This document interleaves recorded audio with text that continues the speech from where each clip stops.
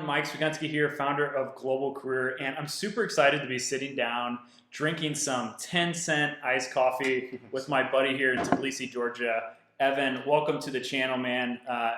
We've met about 6 months ago now, and we've been hanging out regularly and just actually been a part of a mastermind, a business mastermind. But I'm going to be sitting down and asking Evan some questions about one of my favorite career paths, and that's copywriting. So Evan, can you give us a quick 30-second introduction? Who are you and what do you do? Yeah, so I'm just some guy, but I've been traveling for a few years, and yeah, we met Mike, like I said, or like he said, and in Georgia. I'm focused on copywriting 100%, but also in a certain sort of niche or subvertical called direct response. So direct response copy is basically getting a direct response from the market, which means you're putting out emails, ads, sales letters, and things like that, and you're looking for people to respond to it either by buying, clicking, calling in, responding on their email, whatnot. But it's focused specifically on getting a response from the market, either sales or conversions in some way, rather than just doing content. And I've been doing that for the last 4 years or so, exclusively. 4 years. Yeah. And so did you always start off with direct response copywriting, or did you start off with something else and pivot to I direct think response? in the early days, I was just starting with all types of copy because I was basically looking to just get clients. And I think we'll go into it a little bit later, like how I started, right? Because it's one of the questions. But basically, like, I was just trying to just learn how to make copy and make money at a certain stage when I really needed it. It was like direct response and trying to sell the copy for that week or that month and get paid. Then try to like build the bankroll a little bit at the time that I was at in life. But yeah, I think, and also it's kind of what I advise, and for other people that are really trying to get started, is just kind of you have to do everything under the sun first. But yeah, to answer your question, I think I shifted a little bit pretty quickly, like within the first few months in there, and kind of found my niche because I got super passionate about direct response, and I learned that it was the most profitable copywriting as well.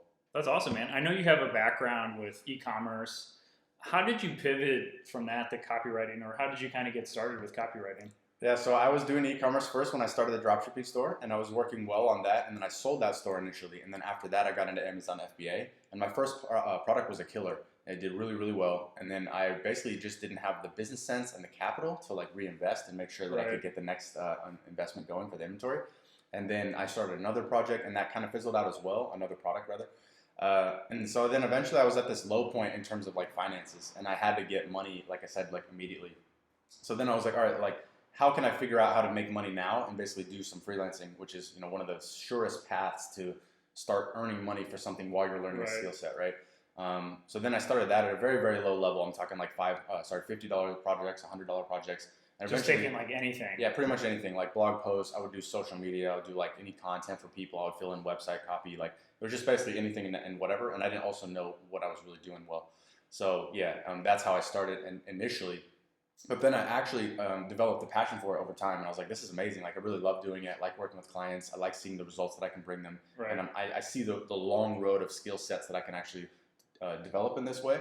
And I was like, wow, this is really fun. It's cool. It's engaging, and there's a lot to learn. And you can go really, really deep down the direct response rabbit hole with a lot of those proven copywriters that make hundreds of millions even before like the internet was around. Yeah. So that really got me into like psychology and mindset and the copy, and I just was basically engorged. I think that's something that's so important for people starting off is you do have to kind of test some things, like because you got started with dropshipping, e-commerce, FBA. And you really found something that you liked, but I think you never would have gotten to that point without those other things, like without dropshipping coming first. Totally. So for those people starting off, you just kind of got to pick a path, have a little bit of insight of what you think you'll be best at, and try there first. Yeah. But eventually, it might not be where you start off is probably not where you're going to end up with. So yeah, 100%. I'm curious though, there's probably certain skills that make a good copywriter. What would you think are those skills that would kind of separate entry-level copywriter from like somebody who, like yourself, who's a master copywriter? Yeah, I would say that what makes a good copywriter is what makes a good persuasion-focused person. A very persuasive and behavioral, economic-focused type of person who's just can't get enough of what makes persuasion and psychology work and what makes humans take action, make their desires come to fruition, right? So I feel like the first skill is just being a perpetual learner about psychology, mindset, behavioral economics, as well as just persuasion and what sales copy will make someone take action and buy things.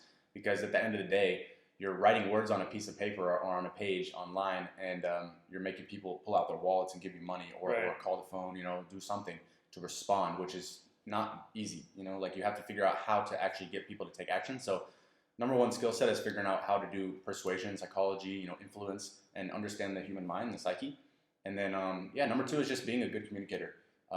It's not about having a crazy vocabulary, knowing all these crazy long words and $10, $15 words or whatever you want to say, and like making everything sound super smart and engaging and whatever. Like it's really basically just being able to speak plainly to another human and make them take action and have them understand what what you're saying and what you want them to do, and then repeating it and making sure that it's influential, and obviously that you're targeting the right audience and making sure that you're speaking to them in their mind and their heart to get them to take action because you understand them based on your research. So everything kind of supports one another. Right.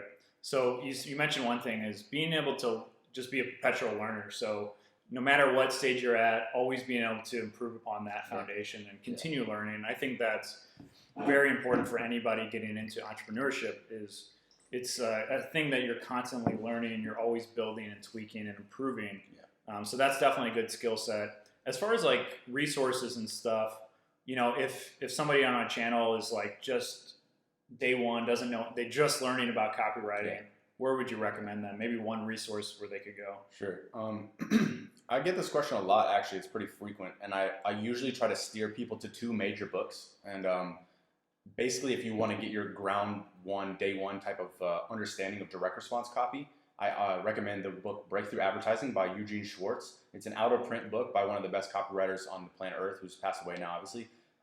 But the original print goes for like $500 or something crazy like that. But you can find it in ebook format and whatnot online. That's crazy.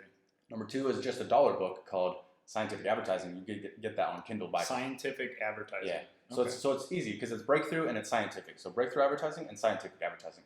So scientific advertising, the latter is Claude Hopkins, and it's a $1 Kindle ebook that you can go get right now, and it's literally just summing up all the basics of like sales copy, persuasion, market research, advertising in the old days, like the early 20th century when all this stuff really got started a lot. And he's one of the most sharp copywriters that can really help you understand how to write this style of direct response copy. Not everybody's going to want to go into DR copy, but they're going to want to focus on some type of copy if they're interested in that. Right. And if they are interested in DR, then I would say go to those guys and go to those two books. And do you have any resources or anything that people could check out? Yeah, I mean, obviously my website, motiveemotion.com, and then there's a couple other different downloads you can get for free. Like if you're a brand new copywriter, there's a new book that I just released. It's called The 6 Secrets Every Copywriter Needs to Know. Basically, if you're a brand new copywriter, it's very helpful. There's another one if you're a little bit further on your journey and you have a business now, but you want to boost its conversions. It's basically 6 secrets that you would need to boost your conversion. So those are my two 6 secrets guidelines, basically the guidebooks. You can start, but there's a bunch of other downloads and case studies and stuff that you can learn a lot from copy on the site. Well, I know that's a lot of resources to throw at you.